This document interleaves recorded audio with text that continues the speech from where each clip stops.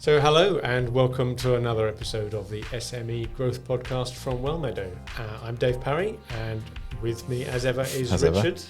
Hi Richard. But Good today day. we are very lucky. We are joined by a special guest, Joe Lockley. Hi Joe. Hi, nice to see you, and thanks for having me today. No, That's thanks all right. for coming in. We were really interested in your business and project, and we thought, what a great podcast that's going to be. So glad you can come in and tell us all about it.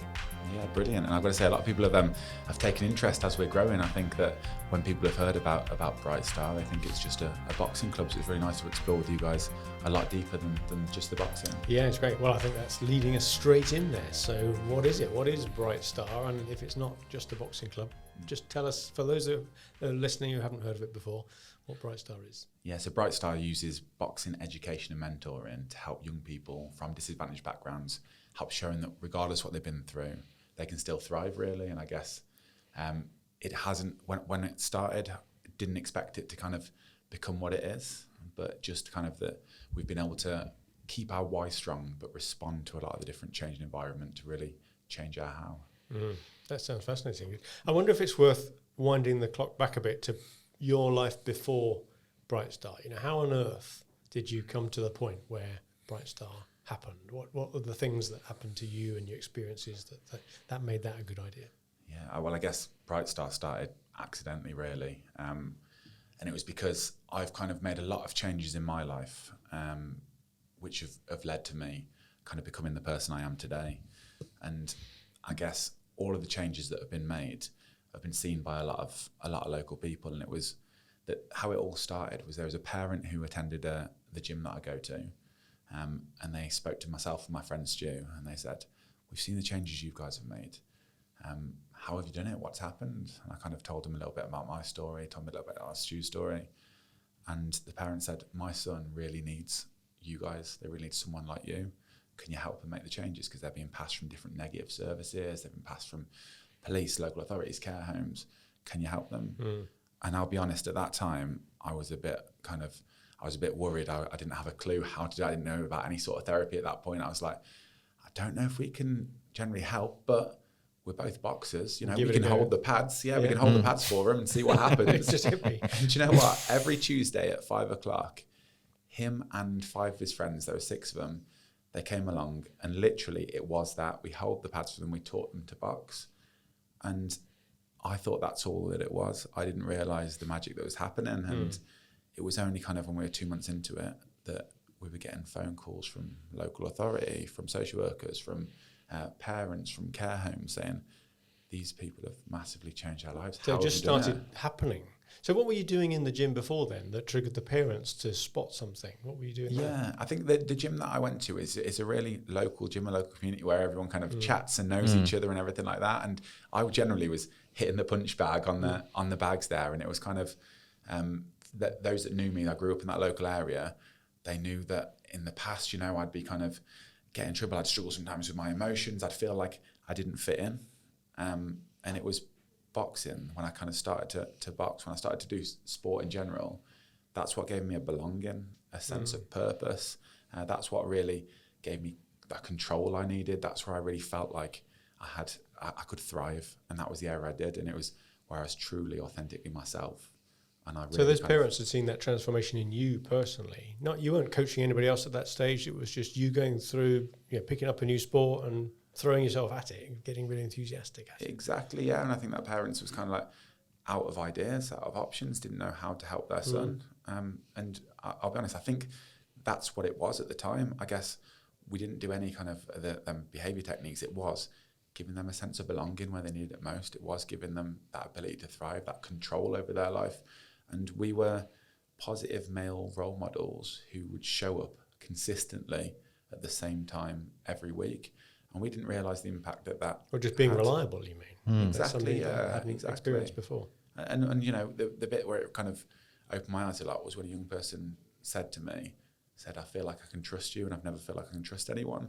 And that's massive. Wow. That's massive for what huge, they've been through in their life. To be able to do that is amazing. And I guess for me, as my coaches were the ones I could trust a lot. And that could be even at a level of just trusting you to turn up, right through to trusting you if they wanted to share some how they're feeling or whatever. They could trust you on a number of levels. 100%, that consistency, just turning up, just being there for them, and just listening. I guess listening's a really key part of it, because I didn't know about all the things that I know now about how to bring up these subjects, how to talk to them about it. I was just there to listen, and when that person talks about something, they can feel a lot better, and they can start to ask themselves the right questions, which then empowers them for their own solutions. So that was really the birth of it. And it was kind of, after a couple of months, we said, what do you want to achieve out of this? And they went, I want to have boxing matches now. I'm ready to do it all. And I want to be part of something where we all wear the same T-shirts and kit. So we said to them, what would you like to call our boxing club then? Well, I'll look at how to do it, how to set it all up and everything. What would you like to call it? And they came back the week later and they said, we want to be called Brightstar. And I was like, hold on, that's not Shifnal Boxing Club, right? All boxing clubs are named after their town. Why Brightstar? And he said to me, you can only see a bright star on a dark night. And that's where we've come from. And straight in my head, I was like, hold on. The teachers told me that you weren't very intelligent and you struggled in school. You've just come up with the best idea. Yeah, that's incredible. And that was the birth of Brightstar, that they came up with it. But I guess following that, there was a lot of things that happened that we weren't happy with. And I guess we just adapted and kind of went on from there. So how long ago was that initial cohort that came through? Start of 2016, that was. The first 6 people were there. 2016, I guess, the end of 2016, that's when we formed it into Brightstar Boxing Academy. But I guess starting Brightstar Boxing Academy, that was probably one of the worst things that happened at that point, because when you advertise a boxing club, it was boxers that came. Everyone that came was from other local clubs. Everyone that came was already athletic. They were all males. And at that point, I sat down with Stu and I said, this isn't what I want. I don't want to be part of this. I wanted to use it as a way to help people, not to create another boxing club, which all these people are already going to other boxing clubs. And that was a big kind of turning point, because he was completely on board. He's like, yeah, you know what, you're right, we need to do this differently. So that led to us asking the questions of, how can we introduce other people to this sport, the ones that we want to reach, which is where we started mental health support groups, is where we started referral pathways, working with other people. And at that point, we came up with the reason why we want to do it. We want to help people from disadvantaged backgrounds to be able to thrive. That was really key to us. I'm intrigued then, because you didn't go out to market yourselves to any particular segment, and you attracted a load of existing boxers, by the sounds of it, people already into boxing and wanted to come along to a new club or whatever. And you decided that's not quite the direction it was taking you in. And I guess other people listening to this might have similar experiences where their business almost gets led by the nose in a direction, which sometimes is really powerful and useful, and that's exactly what you want, but not always. And in this case, it wasn't what you wanted, really. So how did you then steer it back without being very blunt to all these other people saying you're not welcome? Because I'm sure it wasn't quite as blunt as that. Yeah, and that's a really key point there. I think there's a lot of businesses that I've seen, that I've worked with, it's brilliant to be led by the customer. That's absolutely amazing. But they'll lose themselves, they'll lose their why, their key purpose. And I think that's a question we've got to keep asking ourselves: why do I do this? And is that achieving that why? And that's where we've got to be really flexible, rather than that kind of storming in approach of, oh no, this is what I want to achieve, this is how I want to go there. And that's what we did. So we still kept the boxing club in the evenings as an open session, but we wanted the young people that were getting referred to our other programs to be able to eventually access that club. What I thought is, we're going to be working for them young people for a short time until we can help empower them. We don't want them to become reliant on us. But then when they are empowered, brilliant, let's invite them into the evening sessions where they are able to compete, they're able to take on bouts. So we still kept an element of that. That's not the core focus of it, but it's there as for us to feed all these young people into. Oh, that's quite clever. So you didn't have to stop doing what was happening naturally, but you added something else on, which meant you had to spend more time, I suppose, at another session. And you made it quite clear that was for a different type of audience. That was the type of the lads that came along in 2016, that their successors, if you like. So you just put that message out. So you didn't get the big experienced boxers coming into those sessions. That clearly wasn't for them. Yeah, so the other sessions were all referral basis only, but I knew that these experienced boxers, these people were brilliant people for these young people to be around. But the way that we're working with them is so different. So they've got to compete at quite a high level in boxing. So some of the work is very hard, very challenging. Sometimes the coaching is a lot more disciplined, whereas you've got to have more of a trauma-informed way of coaching the other group. So as they're ready, that's where we can feed them into this session. That's where they can sustain as part of Brightstar and really feel part of the family here. So you had to evolve that, because earlier you didn't have the training and you just did boxing coaching like you would normally. But now you've since learnt that for certain types of individuals coming along, you've got to take a different approach. You say trauma informed. You just need to know where boundaries are different, perhaps. Yeah, I guess that's what led to me. I knew this was the why, this was the purpose. So all of my training consisted around how to work better with these young people, how to really help them. What are the psychological techniques we can do to work with these young people? And I was not an expert in that field at all, but I was very, very passionate about working and supporting young people. So I dedicated all of my life really to how can I better support them? How can I be the best I can to be able to support them? And how did you pick up those skills then? How did you get that expertise? I suppose I spoke to people who were in the fields. When we were creating referral pathways, we were getting referrals from organisations such as Mind, local authorities. I went into them, I said, I'll be honest with you, how can I work better with these young people? And they recommended me so many different courses on NLP, CBT, DDP, all these different courses that are all around psychology. I was like, hold on, I'm a boxing coach now. And how can a boxing coach offer these? So that's where the programs were created to be able to shape not just the boxing. And right now, the boxing is a minimal part of it. Boxing is how they'll start the session and how they'll end the session. And the young people feel like they're coming to a boxing club, but the behaviour techniques really underpin all the work we do. I'm quite interested that it happened with boxing. I'm wondering, would it have worked as well with other sports? Because you hear about, maybe someone who's a football coach or something having a similar purpose. But with boxing, I can imagine just because of the nature of it, you're in one small enclosed space. It's much more intimate, isn't it? Whereas with football, for example, you're running around all over the field, even in training sessions. You probably don't have the same chances for the type of interactions you get. So do you think boxing was almost the magic ingredient? Or could it have been any one of a number of different activities? I would say if you look for what I said before, them needs, that purpose, that control, that belonging, that can be met by any sport. However, boxing has an ability to reach those young people that need that most. Boxing has, when you're boxing, you're expressing the things that are overwhelming you in that moment. When you're boxing and someone's holding the pads, you develop such a close bond with that coach. And when you're going to bouts, when you know you're going to war, you've got to be able to trust in the people behind you and around you. So boxing does have unique elements, but I believe the style that we're approaching the sport can be adapted for other sports too. Mm. And you mentioned a few times the fact that you're very purpose-driven. It's all about the why. Did you have a very clear way of articulating that right from the beginning? Have you got sort of a set phrase that stuck with you? Or is even the way you talk about your why, has that evolved as well over the years? Yeah, I guess our culture has been created around the why. Our values have been created around the why.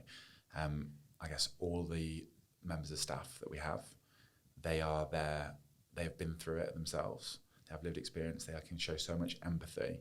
So I guess empowering people to thrive, the mission there has always remained the same. And everything that we do, every new project we create, every response to young people, we have that mission in mind.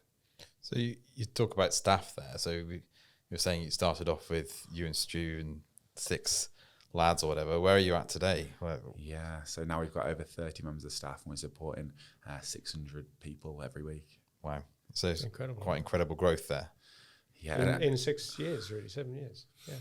Well, I guess we didn't expect it to be like that at all. We just responded to a demand and filled in the gap. I know that there is a big risk with us growing too fast as well. So what we're trying to do is get all the foundations and everything right, but we have got an incredible team that are all so passionate about it. And because of that, they've been able to impact the young people. And because of, obviously, the COVID crisis, everything's happened. There's been a lot more young people struggling. And we don't want to let them young people go on a waiting list for 2 to 3 years until they get to crisis stage. We want to support them at the earliest possible time. So you've never slowed down the growth then for fear of not being able to cope or deliver a good enough service. You've just taken all comers and had to just sort of hold on tight, go for the ride, really. I'll be honest, fear is what stopped me making a lot of key decisions in my life. Fear is actually what stopped me making the decision to leave a brilliant full-time job to go into this full-time. And fear's driven a lot of different decisions, which has stopped us growth. So I've been able to kind of use that fear a little bit differently now. And that's a kind of key message for anyone really that's listening. It's I guess there's 2 driving forces within your life, and that's the fear of that's fear, and that's gaining pleasure as well. So it's pleasure and pain are the two things that are driving you. And what I found is that I was so much more driven to avoid fear than I was from gaining pleasure. That stopped me from making so many key decisions, because I used to think, what if this happens? What if this happens? What if this happens? And I used to have to get to 100% certainty before I even started to make a decision. And what I found is that the fear of doing that is a lot easier to deal with than the fear of regret. So that's what I try and do now. I think, okay, well, if I didn't make this decision, what implication can that have? So I'm still driven by fear, but I try and shift it around and use fear in a way to support me. So yeah, like you were saying there, Dave, it's kind of, it hadn't stopped us from growing. Now we get to this stage, but at the very start, them 6 boxes, I was happy to just work with them 6 boxes in the gym and never actually take on Brightstar. I was very happy to be in a full-time job and not let Brightstar grow until I started to realise that I was being driven by fear then. It's interesting, isn't it? You didn't have to reframe your driver to say, no, I'm now in it for the gain. It sounds like you've always been just using the fact that your innate response is about a fear of something. So you just turned it around to the fear of not doing it rather than the fear of doing it. Yeah, 100%. 100%. And I guess now, for people who know me now and didn't know me before, they would think I'm a big risk taker. But actually, at the time, I definitely wasn't. When you don't feel that way, you don't feel you're taking risks. I guess now, the decisions that I'm taking, they'll only come to me. And if it's a really key decision, it is a big risk. And I guess when we're working with 30 members of staff, there's a lot more risk. Every decision I make can have an impact on them. What I found is that the worst decision is not making one. And that's where it kind of leads and spirals out. So I've started to make a lot of decisions when I'm 51% sure rather than 99 or 100% sure. And that is one of the main reasons why we got to where we are now, because of the ability to not be afraid of failure and make them decisions quick. I think that's something that we see a lot of. Have you ever seen Point Break with Patrick Swayze? Yeah, in that, and he says fear will cause hesitation, and hesitation causes your worst nightmares to come true.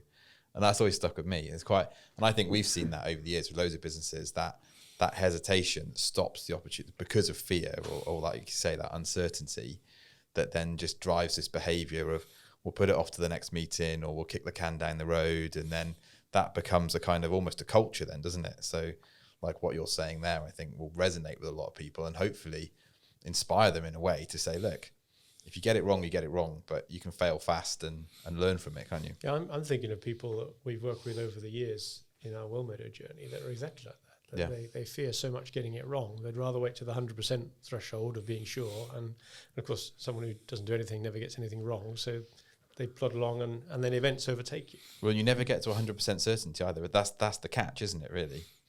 Yeah, if you stay in your comfort zone, you'll fail in your comfort zone. That's what I've found. And I bet you all these people that you speak to, if they're advising someone else what to do, they would tell them to make that decision, whether it be right or wrong. Yeah, interesting. But when you're doing it yourself, you've got emotion attached to that situation, and emotion is what stops the decision being made.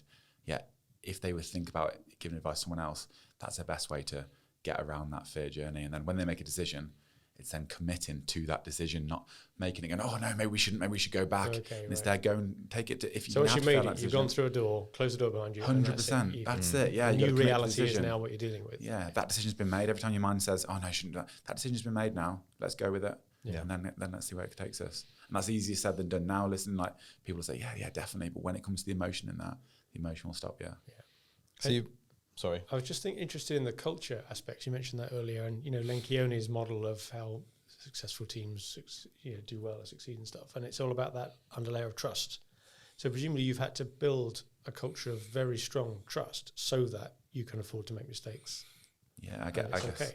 Yeah, that's what trauma informed is very much about. It's about trust. It's about the culture that we've got is all about that accountability. It's about them having ownership and control over their decisions. And I think that's really, really key. And it's very hard if someone's worked in a completely different environment for them to come in and be comfortable around that. But it is very relaxed. It's very much enjoyment. And it's when you're taking on a lot of trauma from other people, it's very, very hard for them to be able to deal with that. So the environment we've got to create has got to be in a way that they can be able to take that on and still know that there's support around them and it's there and be able to thrive and for with your that. staff, you mean? Your for team. the staff, that's it. And that's why I know our values are self-discipline, teamwork, aspiration and respect. And that's something that every single person at every touch point of our organisation, they can feel them values. They can feel it. Even the young people, when they walk into the businesses we're working with, they can feel that, and that's really, really key. Even in terms of recruitment, them values are so much more important I get than the the sense skills. as well, if I were to come into your offices and ask anybody of your 30 what are the values, that they'd be able to trot those off. I don't know, it's just a gut feel, right? But they spell STAR, which is handy, right? Exactly, yeah, the STAR values, that probably is very handy. I'd hope so, I'd hope so. I guess that they'd be able to, I guess the main thing is, rather than be able to say that, I'd hope that if you walked in there, you'd be able to feel them values, you'd be able to see the respect. Even the young people that we've been working with, they'll shake your hand when you walk through the door, and I think that's really, really key. That is interesting, isn't it? So I was going to say, talking about getting out of your comfort zone, what are you doing? So you've been on this journey from 6 kids to 400 now, is that you're working with? Is it 600, sorry. So where are you taking it now? How are you stepping out of your comfort zone now? Yeah, so now, I guess now is a very big time for us. So we've expanded the program from Shropshire, and the challenges of rural isolation, everything like that. We're now into Wolverhampton. We've got a full program in Wolverhampton, into Walsall as well, and it's just about to start in Birmingham, which opens up a lot of different challenges. What I want to prove is that this model works, that sport can run differently, that everyone cross-sectionally can work, from the education sector to the youth justice sector to the sports sector, can work together differently to support young people. And our mission to empower all young people to thrive. I know for a fact there's 2 billion young people in the world. We're not going to achieve that mission, but what we're really interested in is that journey, that destination, taking steps to be able to prove this model. And it can go nationally. We're working with a lot of partners internationally now, working with UNESCO. We're kind of working with some other countries, some ministers, to actually show that sports development can work in a different way. And we're just really excited for the journey, not just the destination, and that kind of influencing, that empowering other organisations is really, really key for us. As a leader in the business, we did a podcast a few weeks ago around the different stages of growth of a business based on Shakespeare's, what was it? As You Like It. As You Like It. And we were talking there about just as a business goes, as it evolves and grows, it goes through different stages. Are you finding that now as a leader, you've got to change the way that you're managing the team or leading or working with different partners? How's that journey shaped you over the last couple of years? Yeah, I've got to say, when I started this, I didn't expect it to even be a business. I thought it was holding the pads for some people. So I didn't have any idea around business management. That was one of the things that stopped me, really, because I was like, I don't know anything about marketing. I don't know anything about accounts. What's going to happen here? But it's bringing in them people that have that understanding. I don't have to know everything about everything. I'm just going to have the correct skill stack to be able to take this to the next level. And yeah, the changes are so different. I really enjoy and I love working directly with young people. As this grows, I'm now not able to work with young people anywhere near as much as I'd like. And I've got to be able to trust and empower people to be able to take that on. We've recently hired an operations manager, so I'm one more step removed. And having the structure in place is fundamental, especially in the roles that they've got where they're supporting the young people directly. They take on a lot of that. They've got to have the right structure to be able to escalate things as well.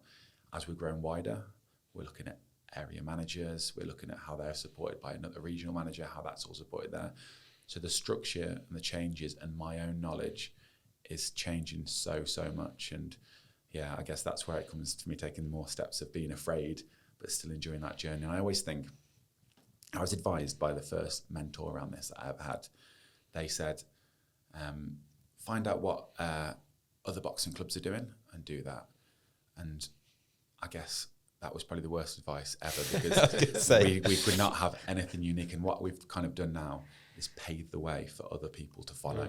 And that's really, really important. Yeah. And if I thought at the start, this is where I want to get to, and looked at where I am now, I wouldn't have done it, because it feels like I've got to move Mount Everest. No one's done that. How can I do that? But at the start, I just knew I needed to move one pebble, and that's slowly becoming into Mount Everest there. And yeah, we still don't know how far we can take this. We have set goals. We have looked at that. We are doing unique, different things, but we're really, really kind of looking forward to the next steps. And my understanding is going to keep growing as that happens. Just following on from Richard's question there, really, because the style of leadership you have as a business grows has to change. Sometimes people find that they're suited to a particular part of the journey. Some people are great startup entrepreneurs, but don't want to take it through the middle phase, or other people are career professional big business managers and couldn't survive in a small business for toffee. Do you think you're able to adapt throughout that whole journey? You've already done it a lot, to go from a boxing coach who didn't even want a business through to someone now who's employing 30 people and helping 600 odd youngsters. Do you think if it's 10 times bigger, you'd still be good at the helm, but you just have to step back from doing some of the day-to-day? Yeah, I guess it's a good question, because what I found for myself and for employing any staff, as I said before, it's not necessarily the skills that matter, it's their passion, it's their values. And I think that's the values, that's the passion that I live and I breathe. I know for a fact when it gets to the next step, I'm not going to know or probably be the best person to be able to be leading it. But what I'm going to do is I'm going to understand what the right skills to have from that are, who are the right people to bring in that lack my skills there. And then I know that although I don't know what it looks like, I know that I can take it to the next level because I can bring in the right people, and because the passion I have, the curiosity I have to do that as well is right. And the people around us, if you look at the other directors at Brightstar, the coach, the staff, they are all sharing them values. They're all sharing the passion. They're all sharing the belief that we can get to the next level with it. So even if you bring different skills around you to do the job, it sounds like you're casting yourself as being the owner of the values. You're the guardian to make sure that everybody else is living those values and behaving them, and the recruits that you bring in are the same. And if you get that bit right and the skills come in, then the rest should just sort of work, right? Yeah. The right combination. And I guess now, because it's at the stage where it is, naturally, the people that we're bringing in are adopting them values. And if they don't, they're naturally fine that they're not a fit. We don't have to say, you're not fitting into our values, off you. They realise that. They do feel like, hold on now, I'm not doing this for the right reasons, I'm not sharing their values. And we had it before, they will leave because they're not feeling that right person. And that's really, really important, because some of the people we bring in don't have them values but not the skills, and they can quite easily learn the skills, but we've not found anyone that can learn values. Do you find that some people come in and try and take too much of a business approach? You're a very purpose-led organisation. If Tributor, you turned it into a business so you can pay people salaries and have full-time staff. But that's a kind of annoying in a way, isn't it? Because presumably you don't take all the income from the people who benefit from your club. You get other grant funding and other types of sources of income, I guess, don't you? Yeah. Would you find people are sort of taking it a bit too businessy and trying to push you too far down that road rather than core values? I guess there's got to be an element of business. I think that's one thing I've had to understand, that if we give everything away for free, we're not going to be able to grow or sustain. At the end of the day, it's young people that will miss out from that. But again, that's one thing that I didn't really know myself. But we have had people being brought in to help with that business element of things. We've had people that brought in around accounts, around bid writing, around understanding. We've had mentors that are brought in for that. So in terms of the roles we recruit, they're necessarily roles that will manage staff or roles that will do a lot of the delivery work. We haven't necessarily had to bring anyone that's purely for the business. And I think that's because, it's very evident, the values and everything we're working with, that naturally if there was someone who was more business minded, it wouldn't be a right fit for the organisation. I think the key thing is that everyone understands the work we're doing and why we're doing it. Now, one of our colleagues, Hannah, is working with you quite closely on the impact of the work. Is that quite important to be able to win the next bid and the next bit of funding? Have you got to be able to demonstrate that you're having an impact? Yeah, collecting the impact is so key. And again, these are things that you don't think about when you just want to help as many people as possible, but these are things that will help us be able to help more people. But collecting the impact, one, will help us understand, is it working what we're doing? How do we know? How can we adapt what we're doing to make it work much better? And I think the things that you measure are the things that you'll change. So that's really, really important for us. And then also, as well as looking at if it's working or not, we want to demonstrate, okay, it is working. How can we use this and this example to be able to spread the work we're doing wider across the country, to be able to get additional grant funding in, but to be able to demonstrate that sport can be used in such a different way to support young people, and it shouldn't be seen as a nice to do, it should be seen as a must do, especially for early intervention. So have you found already that some of the work on impact has shown up things that just aren't working so well, and you've done less of that? Or has it tended to be more positive and just reinforcing the things that you thought would be working? I think working with someone like Hannah to do that helps so much, because I'll be honest, because I really want it to work, if I led the impact side of things, I would say a little bit like, oh no, these people only said this because of this, and I'd look for excuses why I'd create a kind of a confirmation bias because I want it to work. So having someone external come in to be able to measure that, they can quite easily justify if it is or isn't working. So yes, we've had elements of things that haven't been working as well. We've had to make it kind of, like I've said, we've been flexible to our how, but really strict on our why. So we've had to adapt elements of the program. So we know the young people we're getting are the right young people. That's the first bit. Okay, that's what the impact has shown us. We know that as a result of this, they're improving their mental health. But how can we further develop on some of this work? How else can we support them? What are the other needs they've got? And that's what some of the impact has kind of led to us from understanding. And that's where we're kind of looking for the next set of data and how we can expand that. So does that mean you might branch out and do things other than boxing alongside it? Or will it always be centred on boxing? I guess boxing is a real USP for us. And it's kind of like boxing is kind of introduced a lot of young people to us when they think they're walking to a boxing club. It's really, really helps. What I would say is there is a big stigma around boxing. A lot of people aren't coming because they think, oh no, to be a boxer, you've got to look like a 90s Mike Tyson, and I'm not looking like that, or you've got to be really confident.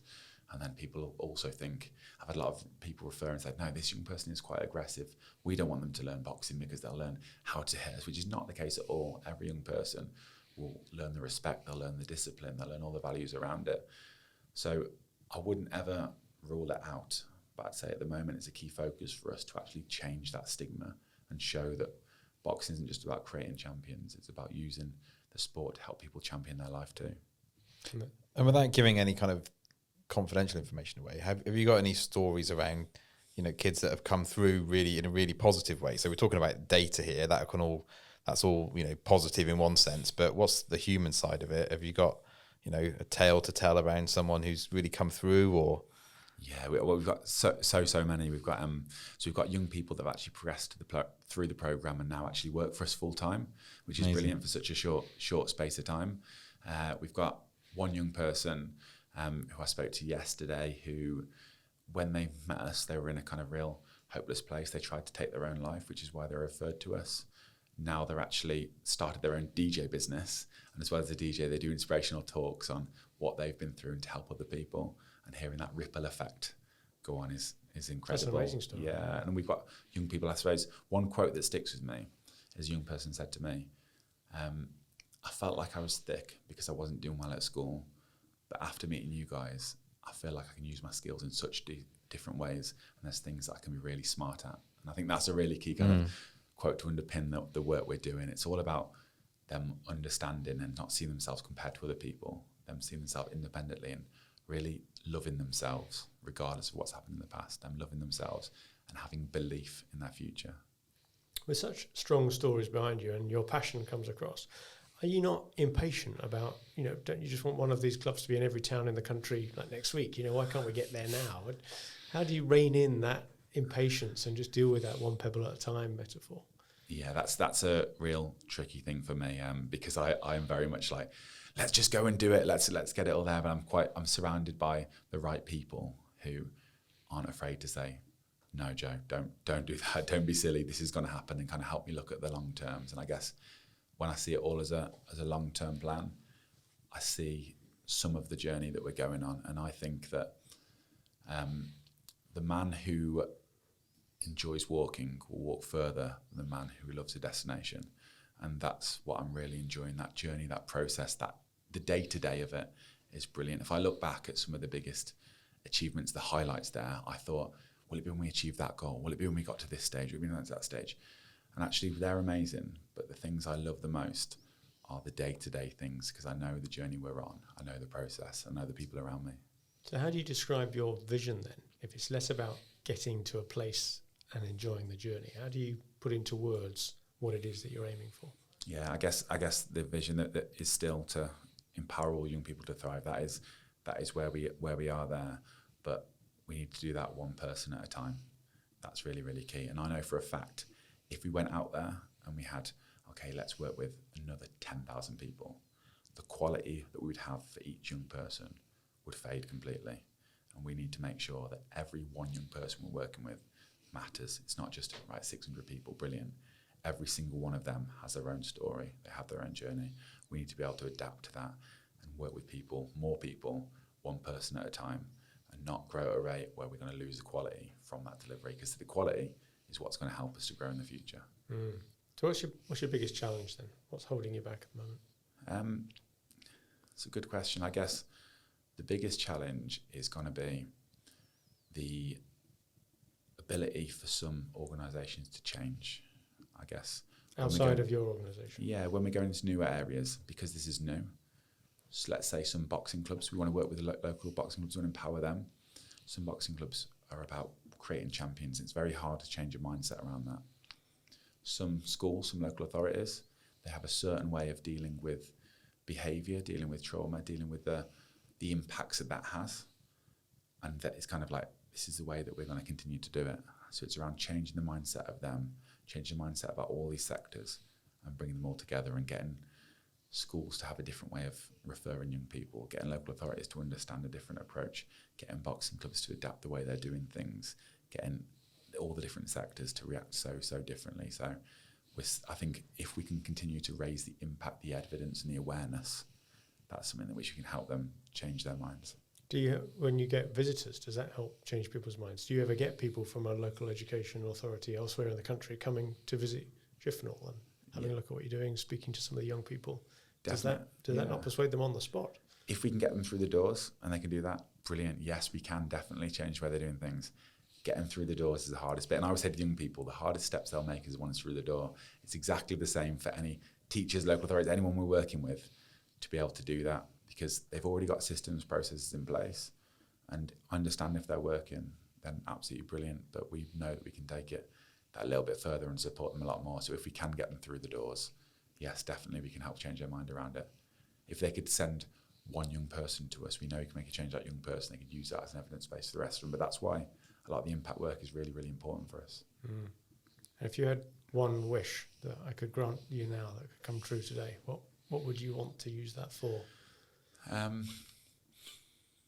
I guess that would be different from a business side of things to an overall wish. I think that a real big wish would be for sport to be seen and young people to be seen to that as a must do, as a need to do, for sport to be used more for young people that can work with trauma, and whether that's for Brightstar working with them, whether that's for all of the sports club to be able to adapt a slightly different approach, whether that is for schools, local authorities to refer in, that would be amazing. But I guess I know that would support so many young people. And is it your belief then that there's a sport for everyone? Because I should imagine lots of kids feel sport's great, that's what they love, but some others maybe feel that sport isn't for them. Does that create a barrier for you to be able to produce this sort of support for them? Yeah, I guess people that think sport's for them, this isn't for them, is normally because they've had a negative experience within a sport, and that can be done. And I've seen it before.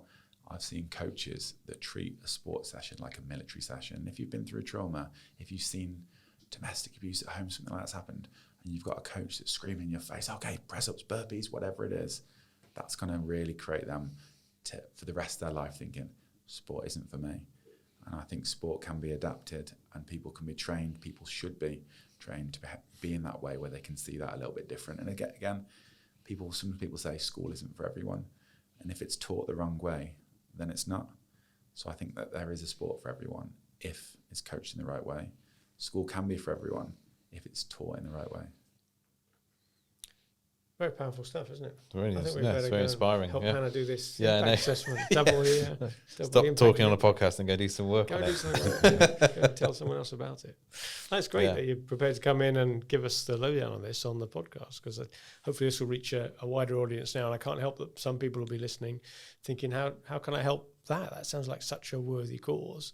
Lots of people volunteer in their own time. Are there avenues for people to help, or is it not sort of support you're looking for? Yeah, definitely. We're reliant on volunteers. So although we've got kind of over 30 members of staff, we also have an additional 30 volunteers, which help Brightstar to run, help Brightstar to support. So definitely, and if people listen to this and change a little bit of mindset around sport education, amazing. Or if people get benefits for their own organisation, perfect. I think that's what it's all around. And I guess everyone's got to have the role models they look up to. We tell the young people, and for me, the people that I look up to are the people that have really gone against what everyone said. So if you look at people like, let's say Edmund Hillary, for example, people were told it's impossible to climb Mount Everest. The air pressure's too thin there. You will never be able to make it.